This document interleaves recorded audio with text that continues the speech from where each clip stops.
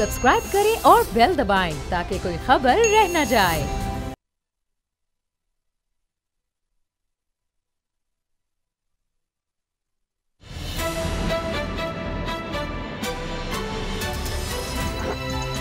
अब पता चला।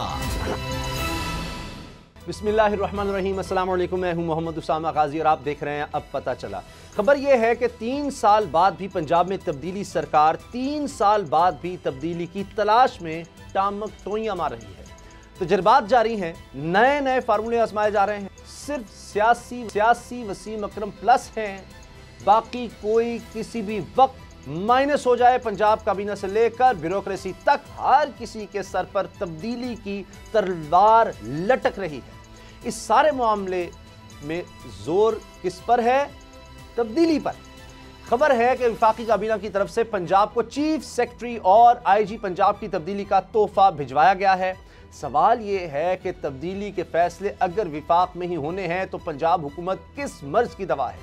3 साल में 7वां आईजी, 3 साल में 7वां आईजी। अवाम तो अवाम, पुलिस वाले भी इस तब्दीली को आंखें खोल खोल कर देख रहे हैं और थाना कल्चर और पुलिस इस्लाहात नामी तब्दीली को आंखें फाड़ फाड़ कर तलाश किया जा रहा है, लेकिन इसका खुरा कहीं नहीं मिल रहा।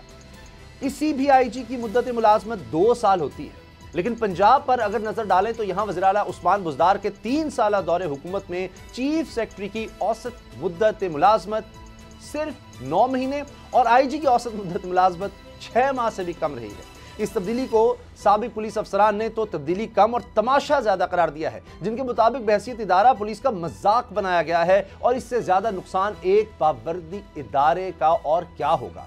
एक और अहम मामला जिसमें हुकूमत बेबस, नाकाम, नामुराद नजर आती है वो निज़ाम इंसाफ में इस्लाहात था। ताकतवर और कमजोर के लिए बिला इम्तियाज इंसाफ की फराहमी तहरीक इंसाफ का इंतखाबी वादा था, लेकिन सितम देखिए कि 3 साल हुकूमत करने के बाद आज ये एतराफ़ भी वज़ीर आज़म की जुबान पर था कि कानून की बालादस्ती का फुकदान है। इस्लामाबाद में डिस्ट्रिक्ट कोर्ट्स की इमारत का संग बुनियाद रखने की तकरीब से खिताब में वज़ीर आज़म ने यह तस्लीम किया कि इनकी जिद्दोजहद के जो नताइज चाहिए थे, आने चाहिए थे, वो सामने नहीं आ सके। कड़वा सच ये है कि हमारे यहाँ कानून ताकतवर के जुर्म का सहूलतकार और कमजोर के लिए इबरत का निशान है।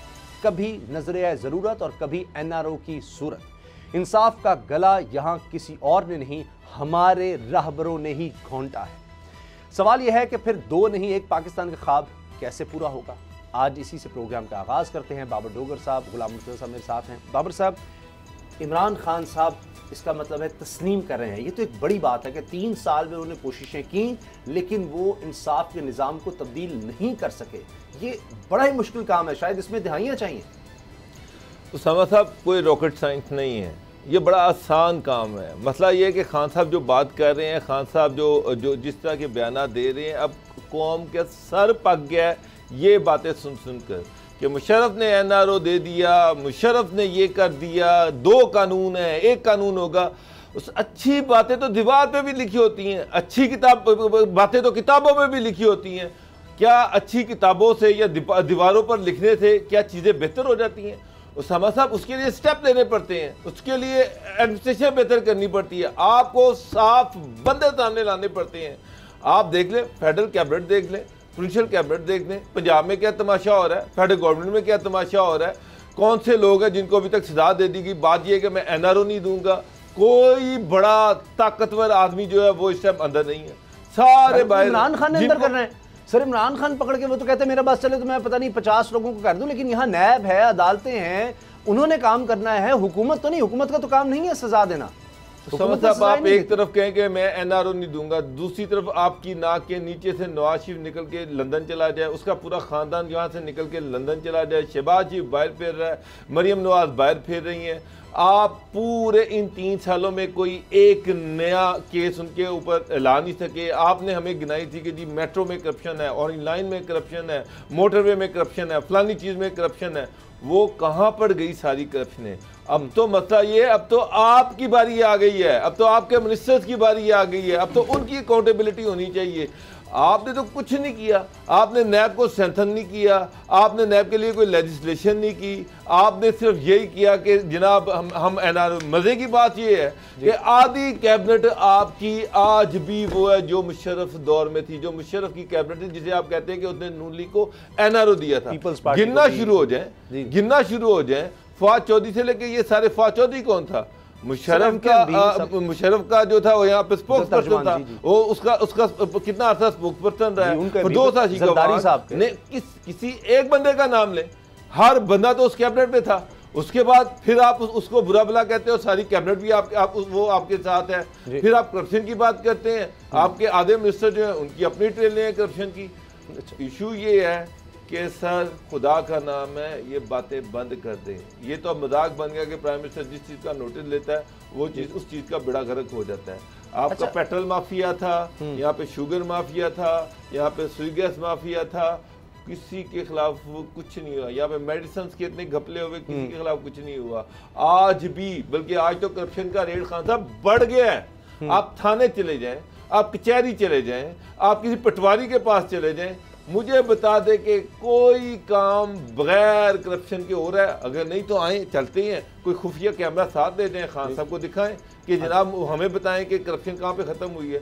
रेट बढ़ गया है, धड़ल्ले से लोग करप्शन कर रहे हैं। सिटीजन पोर्टल के बावजूद अगर ये है, सिटीजन पोर्टल के बावजूद है तो बड़े दुख की बात है। गुलाम मुर्तज़ा साहब, विरासत के कानून के हवाले से कि औरतों को विरासत में हिस्सा नहीं मिलता, कानून साजी की गई। फ़रोग़ नसीम साहब को कहा कि जी केसेस जल्दी निपटाए जाएं।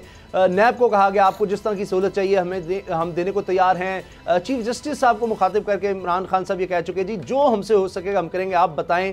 तो वो तो खुद नारा लगा के आ गए 2 नहीं 1 पाकिस्तान, लेकिन 3 साल बाद वो नहीं बना सके। क्या यानी सिस्टम इतना ख़राब हो चुका है कि इमरान खान बेबस हैं उसके आगे, उसको नहीं तब्दील कर सके? वो एडमिट कर रहे हैं कि यहाँ ताकतवर तबका जो है उसके लिए कोई सज़ा नहीं होती, लेकिन कमज़ोर को पकड़ा जाता है।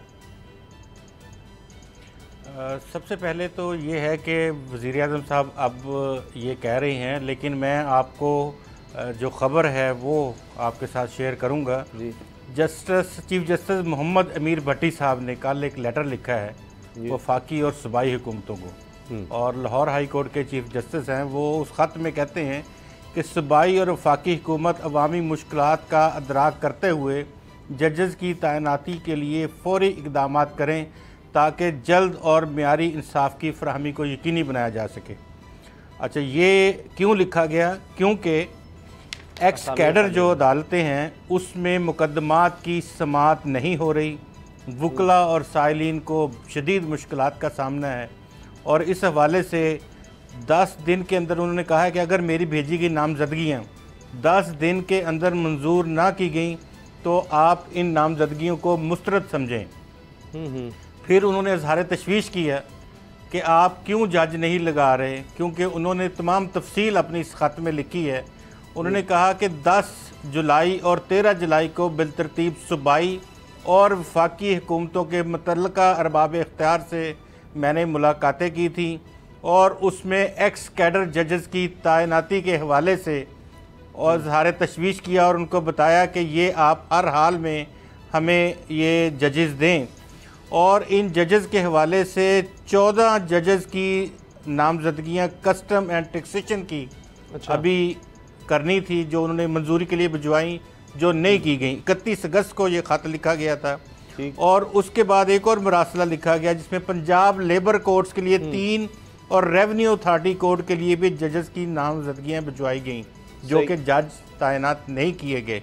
लाहौर हाई कोर्ट ने फिर 2 सितंबर को एक ख़त लिखा जिसमें उन्होंने कहा कि 13 जजेस की तैनातियाँ जो हैं वो आपको भेजी गई हैं, एक्स कैडर कोर्ट्स हैं, लेकिन आप उन अदालतों में आप जज नहीं लगा रहे। तो आप कौन लगाएगा? Chief executive of the Pakistan वज़ीर आज़म हैं, आगे उनके उस्मान बुज़दार साहब वज़ीर आला पंजाब हैं। हुकूमतों का काम है, हुकूमतों के पास समरियाँ जजेस भेजते हैं। चीफ जस्टिस मोहम्मद अमीर भट्टी साहब अब इस तरह ख़त लिख रहे हैं उनको, और फिर गुस्सा भी आता है। चीफ जस्टिस आखिर बहुत ऑनरेबल होता है, chief justice of Lahore high court सबसे बड़ी हाई कोर्ट है, कहाँ तक दायरा इख्तियार है अब्दुल हकीम वहाँ से लेके रहीम यार खां से पिंडी घेर तक और पिंडी तक कितना एरिया है। लेकिन हालत ये है कि आप किसको इल्जाम ठहरा रहे हैं, मोर्द इल्जाम किसको ठहरा रहे हैं? फिरोग नसीम साहब को कहना चाहिए, मुझे कोई हो, ये काबीना का हिस्सा है, वो इस पर जल्दी कार्रवाई करें। एक भी सीट खाली नहीं होनी चाहिए। यहाँ तो पहले ही कमी है, यहाँ तो पहले ही कमी है, तो बजाय इसके सीट्स बढ़ाएं, खाली हो रही हैं। ये बड़ा लम्हे फिक्रिया है। नैब कोर्ट्स के लिए उसामा गाजी साहब, नैब कोर्ट्स के बनाने के लिए सुप्रीम कोर्ट ऑफ पाकिस्तान का फैसला सामने पड़ा हुआ है। क्यों नहीं बनाते नैब कोर्ट्स? सर क्यों नहीं बनाते, तैनात करते नैब के जज? अरबों रुपया चाहिए, फरूख साहब ने कहा है अरबों रुपया चाहिए, हम फेज वाइज करेंगे। और अभी देखिए ना, डिस्ट्रिक्ट कोर्ट्स की इमारत का संग बुनियाद तो रखा है, अगर शायद इसलिए रखा है कि चले इमारत बनेगी तो जजेस की जगह बनेगी। कि अगर इंसाफ के लिए देखें, ये नैब कोर्ट्स हैं, अरबों रुपया आएगा भी, अगर वो अरबों रुपया तनख्वाह दे के जज लगाने पड़ेंगे तो वो अरबों रुपया रिकवर भी करके देंगे आपको। यानी आपका ख्याल है मुल्क में करप्शन नहीं रुकनी, अरबों करप्शन आगे जजेस आएंगे, अदालतें बढ़ेंगी तो करप्शन भी बढ़ जाएगी कि इतनी रिकवरियां होने शुरू हो जाएंगी। देखिए, वो उन जजेस को किसी भी और जगह पे आप पहले करप्शन तो खत्म कर लें, क्योंकि इनका नारा तो दो चीजें थी जी, दो नारे थे। एक करप्शन से पाक फ्री पाकिस्तान, सही, और दूसरा इंसाफ जी। इंसाफ के जरिए से करप्शन खत्म करने का इन्होंने कहा था। एहतसाब नहीं हो रहा, करप्शन जो है वो उसी तरह से हो रही है, उससे ज्यादा रेट हो रही है। अभी बाबर साहब ने भी आपको बताया, इमरान खान साहब ने कहा जजों की ये हालत है, जो एंटी करप्शन के हालात है ना, वो भी सर उन्होंने रिकॉर्ड रिकवरी किया एंटी करप्शन ने, पंजाब ने। उन्होंने कहा कि जी पिछले 30 साल में इतना 20 साल में रिकवरी एंटी करप्शन की जितने हमारे ये 3 साल में। मुझे एक चीज बताएं, एंटी करप्शन ने रिकॉर्ड रिकवरी की, नैब ने रिकॉर्ड रिकवरी की, चेयरमैन नैब भी ये क्लेम करते हैं कि जनाब मैंने रिकॉर्ड रिकवरी की है। मेरा सवाल ये है कि हम बाहर निकलते हैं, आप चले मेरे साथ, मुझे पाकिस्तान में कोई ऐसा काम करके दिखा दे जहाँ पर पैसे नहीं मांगे जाते। मेरा एक सवाल है, आप किसी डिपार्टमेंट में, किसी फील्ड में कहीं भी चले जाएं, वहाँ पर जब तक आप पैसा नहीं देंगे आपका काम नहीं होगा। अब तो मैं इन रिकवरी को कैसे मान लूँ? आप ये कह रहे कि जी जो फूड डिपार्टमेंट है वो कह रहा है कि गंदम तो सरप्लस है, गंदम तो इतनी सरप्लस है कि लोगों को फ्री दे दी जाए, और बाजार में आटा ही नहीं मिल रहा। तो ये दोनों बातें आपस में किस तरह से तालमेल किस तरह से हो सकता है? आप कह रहे हैं कि जनाब नैब ने भी रिकॉर्ड रिकवरी कर ली, आप ये कह रहे हैं कि जनाब एंटी करप्शन ने भी रिकॉर्ड रिकवरी कर ली। हालात ये है कि आप घर से बाहर निकलें तो आपको हर चीज के पैसे देने पड़ते हैं, हर चीज पे आपको करप्शन करनी पड़ती है। तो फिर ये सारी चीजें तो फ्रॉड है, अवाम की आंखों में धूल झोंकने वाली बात है। बोर्ड ऑफ रेवेन्यू में जाए, वो कहते जी हमने रिकॉर्ड जमीनें रिकवर कर ली हैं। इतनी जमीनें कभी रिकॉर्ड दुनिया पर पाकिस्तान में इससे पहले कभी रिकवर ही नहीं हुई। वो जब आप देखते हैं तो कब्जा ग्रुप जो है वो बनाते फिर रहे हैं। बाबर डॉक्टर साहब, सर मैं एक मिनट मैं सर पूरी कर ले। हर जिले में रिपोर्ट्स हैं, इंटेलिजेंस रिपोर्ट्स हैं कि हर जिले में जहां जहां हाउसिंग सोसाइटीज बन रही हैं वहां सरकार जो ताकतवर लोग हैं वो सरकारी जमीनों पे कब्जे कर रहे हैं। अच्छा। उन जमीनों पे जबरदस्ती हाउसिंग सोसाइटीज बनाई जा रही हैं। और अच्छा। दूसरा बोर्ड ऑफ रेवेन्यू कह रहा है हमने तो रिकॉर्ड कर। अच्छा, गुलाम साहब कहीं ऐसा तो नहीं है? डिप्टी कमिश्नर जो है उनको जब ये जो हाउसिंग सोसाइटीज वाले हैं वो पैसे दे दे के लगवा रहे हैं। कहीं उनको मिसगाइड तो नहीं इमरान खान को किया जाता? क्योंकि उन्होंने जो आखिर में खिताब में बात की, वो कही जी अदलिया को मुखातिब करके कहा, यकीन दहानी कराई कि हुकूमत इंसाफ की फराहमी के लिए दरकार वसाइल देने के लिए हर मुमकिन ताउन करेगी। तो आपने तो सारा एविडेंस सामने रख दिया है कि जजेस नहीं लगाए जा रहे। लेकिन इमरान खान साहब ने चीफ जस्टिस की बहाली की तहरीक में कहा जी हमने भरपूर हिस्सा लिया इफ्तिखार चौधरी की बहाली में, ये वो खत है, ये वो खत है। देखें, ये लाहौर हाई कोर्ट के चीफ ऑनरेबल चीफ जस्टिस साहब का खत है जी। ये सारी हुकूमत को है, ये खत है, ये उन्होंने लिखा हुआ है और उनके तशवीश का इजहार किया उन्होंने।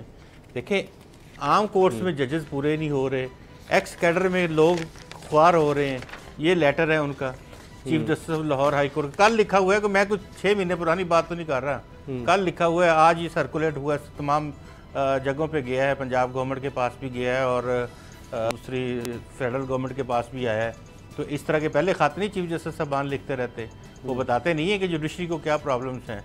तो यहाँ बुनियादी एक नुक्ता ये है कि सिर्फ हमने ये देखा है कि पाकिस्तान तहरीक इंसाफ अपनी कोई भी प्रेस रिलीज जारी करती है तो उसमें लिखते हैं कि तारीखी फैसले किए गए, ठीक, तारीखी जो रिकॉर्ड है वो कायम किया गया और तारीखी तरक्की हुई, तारीखी एक्सपोर्ट हुई, तारीखी ज़र मुबादला के हर चीज़ हिस्टोरिकल और ब्रेक हो रही है हर चीज़, यानी कि पिछले तमाम रिकॉर्ड ब्रेक हो रहे हैं। बट मुल्क की जो हालत है अब वो किसी आम आदमी से आप जरूर गुलाम मुर्जा साहब और उनसे पूछें कि गुलाम मुर्जा साहब, इमरान खान साहब तो यहाँ पर ये कह के चले गए कि जनाब चीफ मिनिस्टर पंजाब जो है उस्मान बुज़दार साहब, इन्होंने रिकॉर्ड तरक्की के काम करवाए हैं, रिकॉर्ड तरक्याती काम करवाए हैं, लेकिन वो किसी को नजर नहीं आते क्योंकि वो उसकी तशहीर नहीं करते। आज मेरा सवाल भी ये कह रहे थे कि जनाब सीएम पंजाब ने तो कामों का ढेर लगा दिया। अगली और कहाँ काम किए हैं मुझे भी तो नजर आए। गुलाम साहब बात मुकम्मल कर लें, अगली खबर पर जाना है।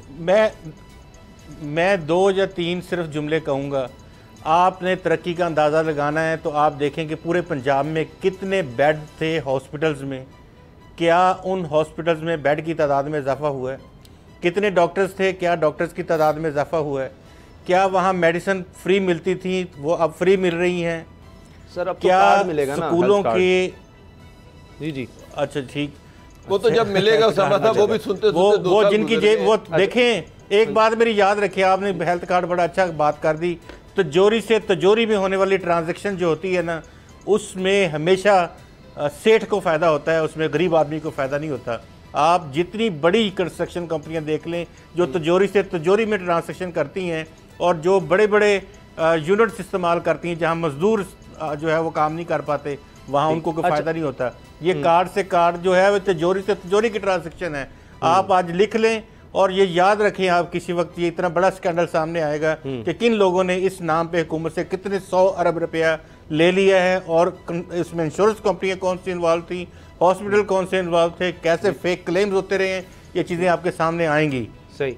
अच्छा, मैं ये अर्ज कर दूं कि अगर स्कूलों में देख लें या आप किसी भी हॉस्पिटल चले जाएं या आप किसी रेलवे स्टेशन पे चले जाएं, आप किसी बाजार में चले जाएं, आपको अगर लोग जो हैं वो खुश करम नजर आते हैं और तारीखी रिकॉर्ड बनाने वाली हुकूमत को बड़ा खुशी जो है वो वेलकम कर रहे हैं। चले तो ठीक है, हम भी मानने के लिए तैयार हैं। आप मैंने तो आपको ये सामने आपके लेटर लिखा है। ठीक है, आप बिल्कुल भी खुश नज़र नहीं आते आप दोनों हुकूमत की कारकर्दगी से, लेकिन एक चीज़ जिससे एक इदारा जिससे पूरी कौम खुश है और जिस तरह हमने यौम दिफा के मौके पर देखा, बड़ी पुरवकार तकरीब हुई और हमारे जवानों की, हमारे शहदा की कुर्बानी को याद किया गया। आर्मी चीफ ने वहाँ पर खुसूसी खिताब किया और उसमें उन्होंने कई अहम बातें कही हैं। एक तो ये कि जिस तरह से सैयद अली गिलानी साहब के साथ जो सलूक किया गया उनके इंतकाल के बाद भारत में, और वो सब नज़र आ जाता है कि इंसानी हुकूक़ की वहाँ कितनी पासदारी की जाती है और भारत के साथ कभी भी मामलात उस तरह नॉर्मल नहीं हो सकते जब तक कि मकबूजा कश्मीर का मसला हल नहीं होता। ये भी आर्मी चीफ ने ये बात कही। और ये कि हर महाज पर हर लम्हा दुश्मन कहीं भी अगर आजमाना चाहे तो पाक फ़ौज बिल्कुल तैयार है। और हमने देखा भी है फरवरी 2019 27 फरवरी का वाक़या कोई नहीं भूल सकता, और उसके बाद भी LOC पर जो कुछ होता रहा उसका भरपूर जवाब दिया गया। अभी अफ़गानिस्तान की सूरत हाल हमारे सामने है, उस पर भी आर्मी चीफ ने कहा कि हम हर तरह का ताउन करने की कोशिश करेंगे अफ़गान अवाम से और वहाँ पर अमन अमान की सूरत हाल बेहतर हो, पाकिस्तान के मफाद में है। लेकिन एक ख़ास बात ये बाबर डोगर साहब के कुछ लोग पाकिस्तान मुखालिफ अनासर के हाथों इस्तेमाल हो रहे हैं। अब साथ ये भी कि हमने दहशतगर्दी का मुकाबला करना है अंदरूनी और बैरूनी भी, तो ये अभी भी पाकिस्तान को इसका मतलब ख़तरात लाहक हैं, यानी अंदरूनी तौर पर बैरूनी तौर पर बरह रास्त दहशतगर्दी का, और फिर ये बात कि जी कुछ लोग पाकिस्तान मुखालिफ अनासर के हाथों इस्तेमाल हो रहे हैं। ये कौन लोग हैं, ये किस तरह इस्तेमाल हो जाते हैं? यहाँ बैठे हुए ये दहशतगर्दों की तरफ उनका इशारा है या कुछ और लोग भी हैं? देखिए उसामा साहब, इसमें दहशतगर्द भी हैं, ऐसे भी हैं कि जो गैर मुल्की जो प्रोपेगेंडा है उसका शिकार हो रहे हैं, और इसके साथ साथ कुछ ऐसे लोग भी हैं जो भारत से डिक्टेशन लेते हैं या भारत के साथ उनके सियासी इंटरेस्ट वाबस्ता हैं, वो लोग भी हैं। माजी में आपने देखा यहाँ पर ऐसी गवर्नमेंट्स नहीं हैं जो जिनका जो कि at the state of cost at the cost of state जिन्होंने भारत के साथ ताल्लुक़ बनाए रखे। यहाँ पे भारतीय दहशतगर्द पकड़ा गया लेकिन उन्होंने उसके खिलाफ कोई बात नहीं की। यहाँ पर भारतीय सर्विंग कर्नल पकड़ा गया लेकिन उन्होंने कोई ऐसी बात नहीं की। डॉन लीक्स क्या थी? डॉन लीक्स ये थी कि जनाब उसमें ये गवर्नमेंट तासुर देने की कोशिश कर रही थी कि जनाब पाकिस्तान जो है भारत में दहशतगर्दी कर रहा है, और इस चीज़ को लीक करवाया गया, इस चीज़ को दुनिया के सारे मीडिया में उछाला गया। तो ये क्या था? भारत जो पाकिस्तान के खिलाफ इल्ज़ाम लगा रहा है, भारत सारी दुनिया में जो फेक प्रोपेगेंडा पाकिस्तान के खिलाफ फैला रहा है, तो उसको हमारी ही गवर्नमेंट जो है वो इंडोर्स करती नहीं कि नहीं बिल्कुल ये ठीक कहता है। माजी में जो वज़रा की स्टेटमेंट्स हैं वो देख लें कि क्या स्टेटमेंट्स थी, किस तरह से भारत नवाजी की जाती रही और किस कॉस्ट पे की जाती रही। एक तरफ भारत बलूचिस्तान में दहशतगर्दी कर रहा था, एक तरफ भारत KPK में दहशतगर्दी कर रहा था, दूसरी तरफ जो गवर्नमेंट थी वो भारत नवाजी के लिए मरी जा रही थी। मोदी को अपने घर बुलाया जाता था, मोदी की ओथ टेकिंग सेरेमनी में जनाब यहाँ से प्राइम मिनिस्टर जो थे वो स्टेट की NOC के बगैर, मर्जी के बगैर वहाँ पर चले जाते थे। तो ये सारी चीज़ें हुई हैं और वो लोग जो हैं वो फ़ौज पाकिस्तान पे आज भी फ़ौज पाकिस्तान जो है उन पे उंगलियां उठाते हैं और लोगों को गुमराह करने की कोशिश करते हैं।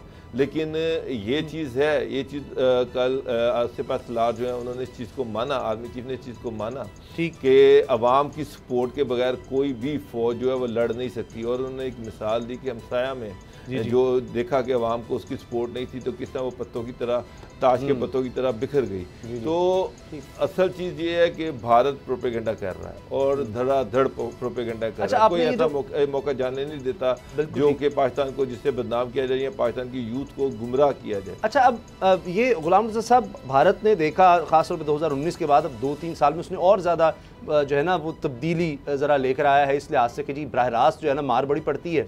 तो अब ये जो आपको भी नहीं पता लगा यहाँ बैठे, मैं तो कहता हूँ एयरफोर्स को या फ़ौज को पता ही नहीं लगा जी पाकिस्तान का F-16 अफ़गानिस्तान पहुँच भी गया, वहाँ पर गिरा भी दिया उन्होंने वो पंजशेर में, और जनाब सोशल मीडिया पे चलता रहा। और फिर भारत में टेलीविजन पर ये कवरेज होती रही जनाब, 24/7 मुसलसल ये कवरेज होती रही। देखें पाकिस्तान के ड्रोन्स उड़ रहे हैं पंजशेर के ऊपर और वो ड्रोन्स भी पाकिस्तान के थे, हमें भी पता ही नहीं लगा किसी को। यहाँ तो ऐसी खबरें जनाब भारत में चलती हैं, SSG कमांडोज भी वहाँ पर पहुँच गए अफगानिस्तान में। ये कैसे हो गया किसी को पता ही नहीं। और भारतीय मीडिया में 24 घंटे सिर्फ यही कवरेज है, वीडियोज़ दिखाई जा रही हैं वहाँ पर। ये क्या होता रहा है, ये इसको क्या कहें, कोई प्रोपेगेंडे से भी कुछ अजीबोगरीबी चीज़ है ये, मुझे तो समझ ही नहीं आई ये क्या हो गया, पागलपन है क्या है ये एक बुखार है। और मैं यहाँ ना एक छोटी सी बात करूँगा कि जो अमूमी तौर पे जानवरों के हॉस्पिटल होते हैं ना, वहाँ पे एक बीमारी के लिए जब किसी भी जानवर को ले जाया जाता है, एक तो उसका बंदे का नाम लिखा जाता है और आगे बीमारी जो है वो जानवर की लिखी जाती है। यानी कि कुत्ता एक वो गया तो था, उसका नाम था भारत, जिस बंदे का था उन्होंने लिखा भारत, आगे लिखा क्या बीमारी, दुम में खारिश। तो ये सूरत हाल है। और इस सूरत हाल में वो तमाम के तमाम भारतीय और तमाम उनका मीडिया, तमाम उनके थिंक टैंक्स, उनको अंदाज़ा ही नहीं था कि ये भी हो सकता है जो 16 अगस्त को वहाँ पे हुआ। और अभी वो अपनी जश्न आज़ादी की शराबें पीकर सो रहे थे तो उनको जो खबर मिली वो तमाम जिंदगी की उनकी नींदें हराम करने के लिए काफ़ी थी। मुझे ब्रेक लेनी है, लेकिन देखिए मैं बार बार हम चले कोशिश करेंगे ब्रेक के बाद बात, क्योंकि न्यूज़ अपडेट्स का वक्त है। लेकिन मैं हैरान हूँ कि वीडियो गेम की जो उसके विजुअल्स हैं वो चलाते रहे हैं कि जी ये देखें ये ड्रोन है पाकिस्तानी। खुदा का नाम, मतलब वीडियो गेम, इतना इनको फ़र्क नहीं इनके मीडिया को पता, और जनाब पूरा मीडिया इस पर शामिल था।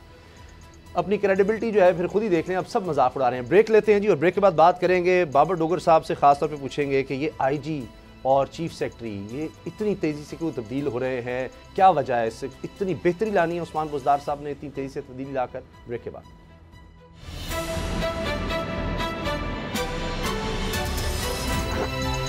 अब पता चला।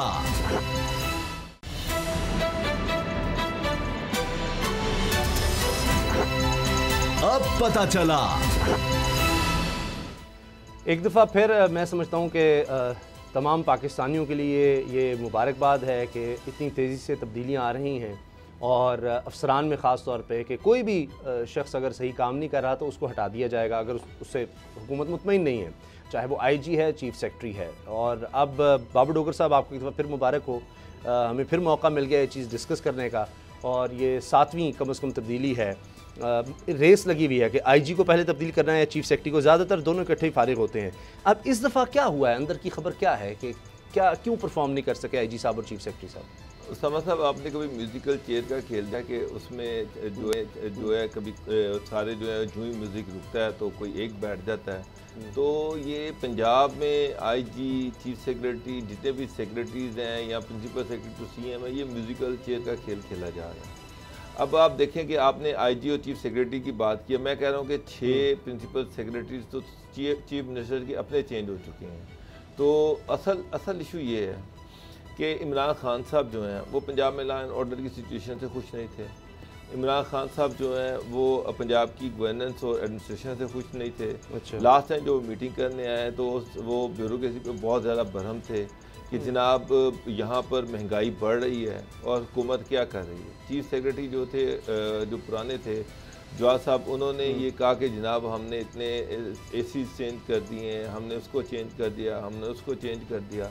इमरान खान ने कहा कि जी मुझे इससे गर्ज नहीं है कि आपने किसको चेंज किया किसको चेंज नहीं किया, मुझे इससे गर्ज है कि महंगाई क्यों नहीं काबू की जा रही, जो मिलावट है वो उसको क्यों नहीं काबू किया जा रहा। तो उस पर और 3 साल गुजर गए हैं और आप कुछ नहीं कर रहे। इशू सबसे अहम चीज़ ये है सामा साहब कि पंजाब में बेतहाशा तजर्बे किए गए। इन्होंने कहा था कि हम पंजाब में सिविल सर्विस रिफॉर्म्स लेके आएंगे, यहाँ पर पुलिस रिफॉर्म्स आएंगी, ये सारा वो तो सारा कुछ नहीं आया। अच्छा। पहले चीफ सेक्रेटरी लगाए गए यूसुफ नसीम खोखर साहब। यूसुफ नसीम खोखर साहब जो थे वो लाइक के भी प्रिंसिपल सेक्रेटरी रह चुके थे, वो यूसुफ गिलानी के बिजनेस पार्टनर भी थे, उनके भी बड़े अच्छे ताल्लुक थे और वो सबसे ताल्लुक निभाते थे। तो बाद में हुआ ये कि यूसुफ नसीम खोखर के खिलाफ कंप्लेंट्स आना शुरू हो गई क्योंकि इमरान खान ये चाहते थे कि अच्छी सख्त एडमिनिस्ट्रेशन हो। ये एडमिनिस्ट्रेशन नहीं चल सकती कि आप सबको राज़ी रखें, सबको खुश रखें। ठीक। उस पर एक सख्त एडमिनिस्ट्रेटर लाया गया जो कि मेजर आज़म सुलेमान थे। आज़म सुलेमान साहब जो थे उन्होंने आके सारे जो करप्ट जिनके खिलाफ शिकायत थी वो सारे ऑफिसर उतार दिए, यहाँ पर अपराइट ऑनेस्ट बंदे लगाए गए। उन्होंने इवन सीएम ऑफिस से भी जो गलत काम होते थे उनको भी ना करना शुरू कर दिया और वो बड़ा बैलेट पे सुबह चलाने की कोशिश की जो कि चीफ मिनिस्टर को बिल्कुल काबिल कबूल नहीं था। उन्होंने और तारिक खुर्शीद साहब जो बाद में उनके प्रिंसिपल सेक्रेटरी बने, उन्होंने एक साजिशों का जाल बिछा दिया। अल्टीमेटली 6 महीने के बाद इमरान खान को मेजर आज़म सुलेमान को बदलना पड़ा। उसके बाद जवाहर रफीक मलिक साहब आ गए। जवाहर रफीक मलिक साहब एक कोई बहुत अच्छे एडमिनिस्ट्रेटर नहीं है। उन्होंने फिर मेजर आज़म सुलेमान का हशर भी देख लिया जिसने सूबे में कोई बेहतर गवर्नेंस देने की कोशिश की। उन्होंने बिल्कुल वो पसे पर्दा चले गए। 6 महीने तो अपने घर में बैठ के कैंप ऑफिस चलाया, सेक्रेटरीट में अपने ऑफिस में बैठे ही नहीं, वो किसी चीज़ में आते ही नहीं थे। और मीनवाइल उस्मान अबूज़ाद साहब ने तारिक खुर्शीद साहब को अपना प्रिंसिपल सेक्रेटरी बना दिया जो कि उस वक्त स्याह और सफ़ेद के मालिक थे। मीनवाइल फिर पंजाब में करप्शन की जो है वो शिकायत आनी शुरू हो गई, सीएम सेक्रेटरीट पे की तरफ उंगलियां उठनी शुरू हो गई। इवन पाकिस्तान मुस्लिम लीग जो है उन्होंने इल्ज़ाम लगाया कि अब 2-2 करोड़ रुपया दे के 7-8 डिस्ट्रिक्ट में डिप्टी कमिश्नर लगाए गए हैं। और उसके बाद इस तरह की इसकी वाज़ेह तौर पर मुख्तलिफ इसके सबूत भी आने शुरू हो गए जिस पे इमरान खान साहब जो थे जब उन तक ये रिपोर्ट्स पहुँची तो वो बड़े बरहम हो गए। और उसके बाद उन्होंने जनाब ना सिर्फ ये है कि प्रिंसिपल सेक्रेटरी को चेंज कर दिया, तारिक खुर्शीद साहब को चेंज कर दिया, उनको ग्रेड 22 भी नहीं दिया, बल्कि उन्होंने कहा कि सभी को उठा दो। आईजी नाम गनी साहब जो थे वो भी पिछले 1 साल से वो बिल्कुल पसे पर्दा में थे, वो किसी चीज़ में रजिस्ट ही नहीं करते थे। सीएम डीपीओ सीएम लगाते थे, सेक्रेटरी जो थे चीफ मिनिस्टर लगाते थे, डीसीज जो थे वो चीफ मिनिस्टर लगाते थे, आईजी और चीफ सेक्रेटरी बिल्कुल खामोश तमाशाई बने हुए थे। तो उससे सारी गवर्नेंस और एडमिनिस्ट्रेशन का बेड़ा गर्क हो गया। अब फिर एक दफ़ा चेंज लेके आए हैं। अब जो है राव सरदार साहब वो आईजी आ गए, डॉक्टर नसरुल्लाह जो है फजल जो है वो आ गए हैं, कामरान फजल जो है वो चीफ सेक्रेटरी आ गए। दोनों की रेपुटेशन बहुत अच्छी है। अच्छा। जो मैंने लोगों से बात की है दोनों बड़े अपराइट हैं, बड़े सख्त हैं। राव सरदार के बारे में तो वो तो गलत चीज़ को एंटरटेन कर ही नहीं सकते। इस तरह कामरान अफजल के बारे में कि वो भी बड़े हार्ड वर्किंग हैं, फेडरल फाइनेंस सेक्रेटरी रहे हैं। जब फाइनेंस सेक्रेटरी थे तो वो इमरान खान उनसे बड़े इम्प्रेस थे। अच्छा। तो यही वजह है कि पंजाब के जो फाइनेंशियल मामलात हैं, महंगाई है, ये वो सारी चीज़ें, इसके लिए उन्होंने एक फाइनेंस का बंदा ढूंढा, उसको लेके आए हैं। अच्छा। अब ये दोनों आ तो गए हैं लेकिन उसामा साहब मसला ये है कि ये लोग गलत काम ना करेंगे ना होने देंगे।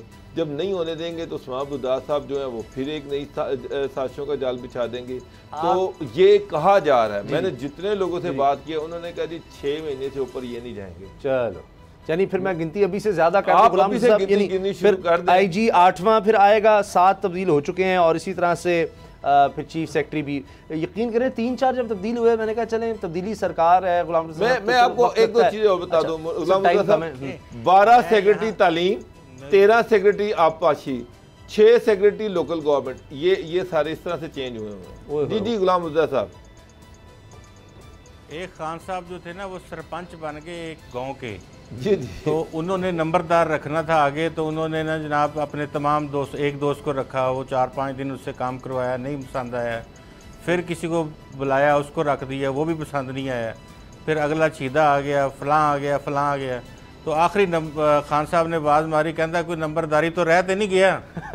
तो यहाँ जो पुलिस ग्रुप के लोग हैं या चीफ सेक्रेटरी के हवाले से जो हैं, वो आवाज़ लगाई जाएगी एंड तक कि कोई ऐसा पुलिस ग्रुप का बंदा रह तो नहीं गया जो आईजी पंजाब नहीं रहा या चीफ सेक्रेटरी पंजाब नहीं रहा। बात ये मजाक बना दी है। ब्यूरोक्रेट्स जो हैं, देखें, कोई एडमिनिस्ट्रेटिवली बहुत स्ट्रॉन्ग होता है, कोई मुआशी पॉलिसियों के हवाले से स्ट्रॉन्ग होता है, कोई एग्रीकल्चर सेक्टर के हवाले से बहुत ज़्यादा स्पेशलाइजेशन रखता है, किसी की एजुकेशन में ज़्यादा मामलात होते हैं, कोई इंडस्ट्रियल जो मामलात हैं उनको ज़्यादा बेहतर तरीके से देखता है।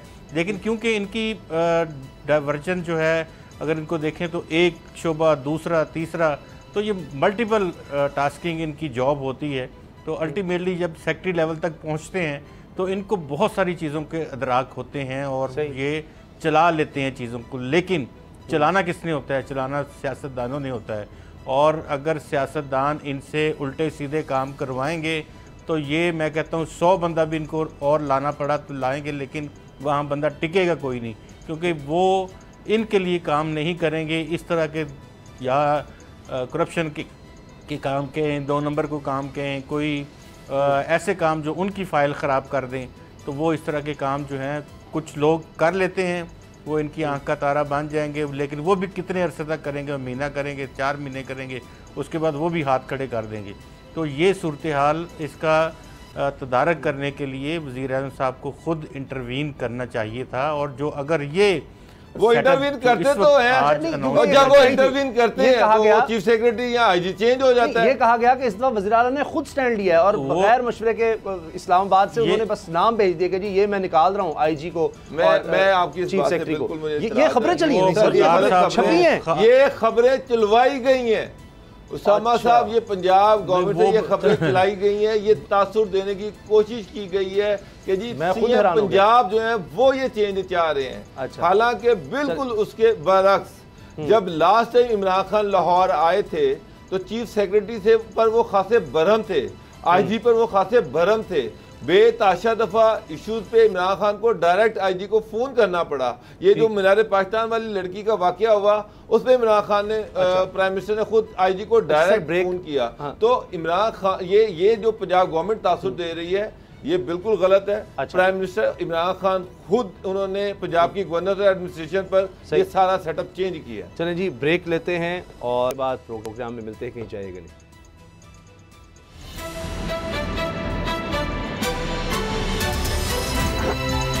अब पता चला।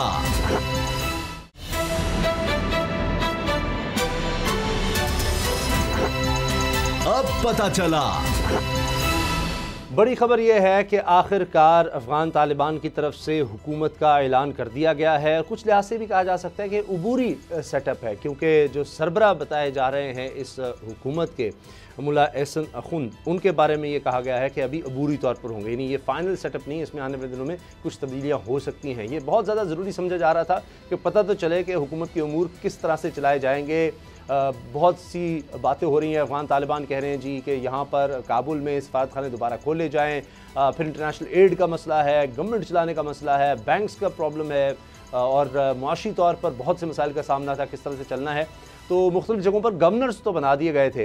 अब इस पर गुलाम मुर्तज़ा साहब, आपकी पहले जितनी भी खबरें थी सारी दुरुस्त साबित हुई। आपने नाम तक बताए किस तरह से कौन किस पोजीशन पे होगा। और मुझे याद है सबसे पहले आपने हमारे प्रोग्राम में खबर ब्रेक की थी कि मुल्ला हैबतुल्लाह वो सुप्रीम कमांडर होंगे और उस पर आपने बात भी की थी कि आप उसको ईरानी सेटअप कह लें या कुछ और, लेकिन बहरहाल इस तरह से होगा और नीचे फिर एक शूरा और गवर्नमेंट उनके नीचे होगी। तो बिल्कुल वही सेटअप हमें नज़र आ रहा है और एक एक नाम जो है बताया जा रहा है बाकायदा कि किस तरह से, मिसाल के तौर पर एहसन अखुंद साहब जो हैं वो वज़ीर आज़म, फिर नायब वज़ीर आज़म का मुल्ला अब्दुल गनी बरादर का कहा गया है, जिनके हवाले से पहले आ रहा था कि शायद वो सरबराह होंगे। तो ये कुछ चेंजेस भी हैं, बाकी कई नाम कुछ नए नज़र आ रहे हैं हमें। तो हर एक का बिल्कुल उस तरह से शोभा बताया गया जिस तरह एक जो बाकायदा रियासत में या डेवलप कंट्रीज़ में होता है, मतलब वज़ीर आज़म कह रहे हैं, चीफ ऑफ आर्मी स्टाफ कहा जा रहा है जी, और वज़ीर ख़ारजा, तो उस तरह की टर्म्स यूज़ हो रही हैं। जी बिल्कुल, इसी तरह ही टर्म्स जो हैं वो यूज़ होंगी। और बाकायदा ये आप जानते हैं कि 20वीं सदी की रियासत है और इसमें जो भी अहदेदारान हैं, जिस तरह से बाकी डेवलप या अनडेवलप कंट्रीज़ में अहदेदारान होते हैं, सरबराह होते हैं हुकूमत के, इसी तरह से यानी कि सदर के तौर पे मुल्ला हैबतुल्लाह हैं और उसके बाद मोहम्मद एहसन अखवंद हैं। इनका नाम कल शामिल किया गया है। इससे पहले मुल्ला अब्दुल गनी बरादर जो थे उनको शामिल किया गया था, लेकिन ये अभी कायम इनको जो वज़ीर आज़म है वो नामज़द कर दिया गया है। और इसके साथ साथ ये अभी इनका हलफ भी हो जाएगा। और मौलवी दीन मोहम्मद हैं, उनको वज़ीर ख़ज़ाना बना दिया गया है। इनके अगर तमाम बात करें तो अब्बास तानज़ई हैं, उन्हें वज़ीर ख़ारजा, और मौलवी मोहम्मद याकूब हैं, वज़ीर दफ़ा उनको बनाया गया है। इसके साथ मुल्ला खैरुल्लाह है। ये ख़बर जो थी हमने ये दी थी कि ज़बीउल्लाह मुजाहिद को ज़िम्मेदारी दी जाएगी, लेकिन वो अब मुल्ला खैरुल्लाह वज़ीर इत्तलात हैं। ये जो ज़बीउल्लाह मुजाहिद हैं ये उनके मुआवन साथ उनके काम करेंगे। मौलवी अब्दुल हकीम साहब को वज़ीर कानून बना दिया गया है। तो वही सेटअप है जो हर मुल्क में सेटअप होता है। और इस्लामी शुरा के मुताबिक भी जिस तरह से तमाम गवर्नर्स और वो पहले से सूबों में तैनात हैं और कुछ जहाँ पे तब्दील करने होंगे वो आने वाले 2 से 3 दिनों में वो भी तब्दील कर दिए जाएंगे। इब्तदाई खदोखाल इसके वाज़े हो जाएंगे और आने वाले जो 2-3 दिन हैं उनमें मुख्तलिफ़ ममालिक की तरफ से गैर मशरूत तौर पर इस हुकूमत को तस्लीम करने का सिलसिला शुरू होगा। और यही वो मरहला है जिसके लिए इन्होंने 15-20 दिन इंतज़ार किया। बहुत बातें की गई कि अब उनसे अगर हुकूमत तरतीब नहीं दी जा रही और अगर वो सरबराह मुमलकत का और अपने वज़ीर आज़म का या वज़रा का ऐलान नहीं कर पा रहे तो वो हुकूमत कैसे चलाएंगे।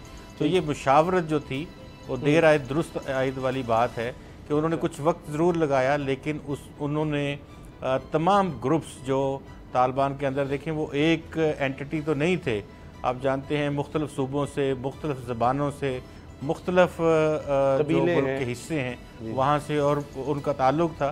तो वो तमाम लोगों को पूरी तरह से ज़िम्मेदारियाँ देने में कोशिश ये की गई है कि पश्तून बेल्ट के लोग भी हों, दीगर जो बेल्ट्स हैं उनके लोग भी शामिल हों, और उसके साथ साथ जितने ग्रुप्स हैं जिसमें हकानी ग्रुप भी है, तालिबान के दीगर ग्रुप्स भी हैं, उनको भी प्रॉपर ज़िम्मेदारी जो है वो दी गई है। और इसीलिए ये तमाम ग्रुप्स अब इंटैक्ट होंगे। और अब मरहला मैंने आपको अर्ज़ कर दिया है कि कल परसों से 2 दिन से अब ये खबरें आनी शुरू हो जाएंगी कि फ़लाँ मुल्क ने तस्लीम कर लिया है। अच्छा। और फिर ये अभी उनका भी इम्तहान शुरू होने वाला है और दुनिया के ममालिक की भी अलाइनमेंट है, वो भी सामने आने वाली है। तो कि किस तरह से वो उनका साथ देते हैं, कैसे वो अपनी मुआशी पॉलिसियाँ चलाएंगे, किस तरह से अपने मुल्क के लोगों को फीड करेंगे, तनख्वाहें कहाँ से देंगे, किस तरह से स्ट्रक्चरल रिफॉर्म्स वहाँ पे करेंगे, और नया अफ़गानिस्तान जो है वो किस हद तक, किस वक्त तक इस तरह से चलेगा। और उसके बाद इस्लामिक जो लॉज़ हैं, इस्लामिक जुरिस्प्रूडेंस हैं, उसके मुताबिक, इस्लामिक फ़िक़्ह के मुताबिक, कुरान और सुन्नह के मुताबिक वहाँ जो है वो मुमलकत जो है वो चलाई जाएगी। लेकिन एक बात बाबड़ू गुर साहब बड़ी वाज़ेह है कि जिस तरह अमेरिका या दीगर बरतानिया और दीगर ममालिक जो है मगरब के उन्होंने मुतालबा किया था कि जी सबको शामिल किया जाए, तो उस तरह से उनके जो अफ़गान तालिबान के धड़े थे या कबीले हैं, मुख्तलिफ़ ज़बानें, वो तो हैं, मगर अब्दुल्ला, हामिद करज़ई, इन लोगों की भी बात हो रही थी, वो कहीं हमें उस तरह के नाम नज़र नहीं आ रहे। तो ये कोई अलग से शूरा बन सकती है, उसमें होगा तो मगरिब तो इस तरह से शायद उसके तहफ़्फ़ुज़ात रहेंगे। लेकिन ये उन्होंने कह दिया कि बातचीत हम करते रहेंगे, हुकूमत तस्लीम करना अभी फौरी तौर पर शायद नहीं होगा, लेकिन एक रिलेशनशिप जो है अफ़गान तालिबान के साथ हमारा रहेगा। देखिए उसामा साहब, ये अभी तो ये वो अहदेदार हैं जो हुकूमत साजी में, जो एक हुकूमत या एक गवर्नमेंट के जो एक इंफ्रास्ट्रक्चर होता है, हेल्थ है, एजुकेशन है, इंसाफ है, आर्मी है, ये सारे वो मिनिस्टर्स हैं, खजाना है, आप इनको कह सकते हैं, ये सारे फेडरल मिनिस्टर्स हैं।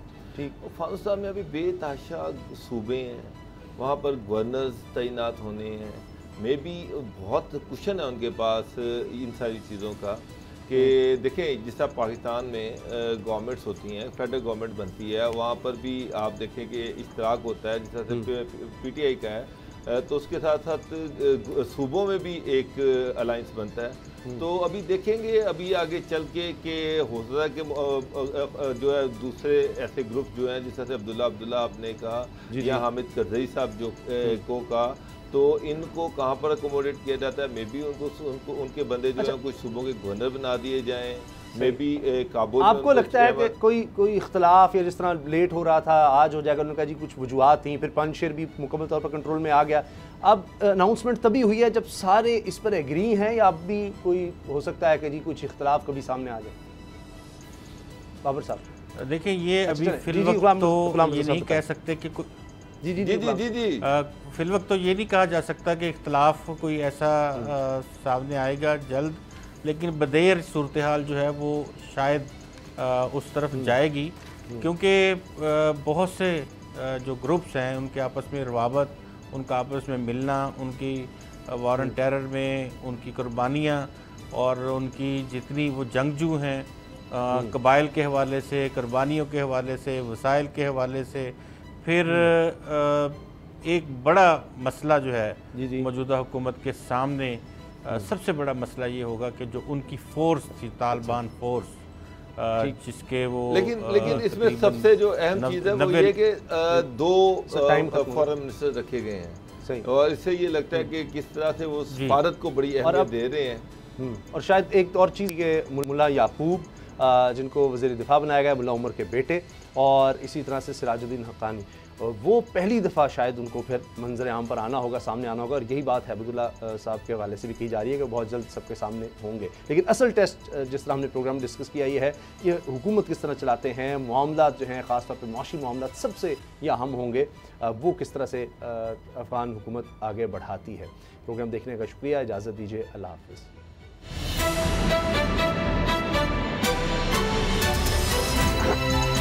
अब पता चला। सब्सक्राइब करें और बेल दबाएं ताकि कोई खबर रह न जाए।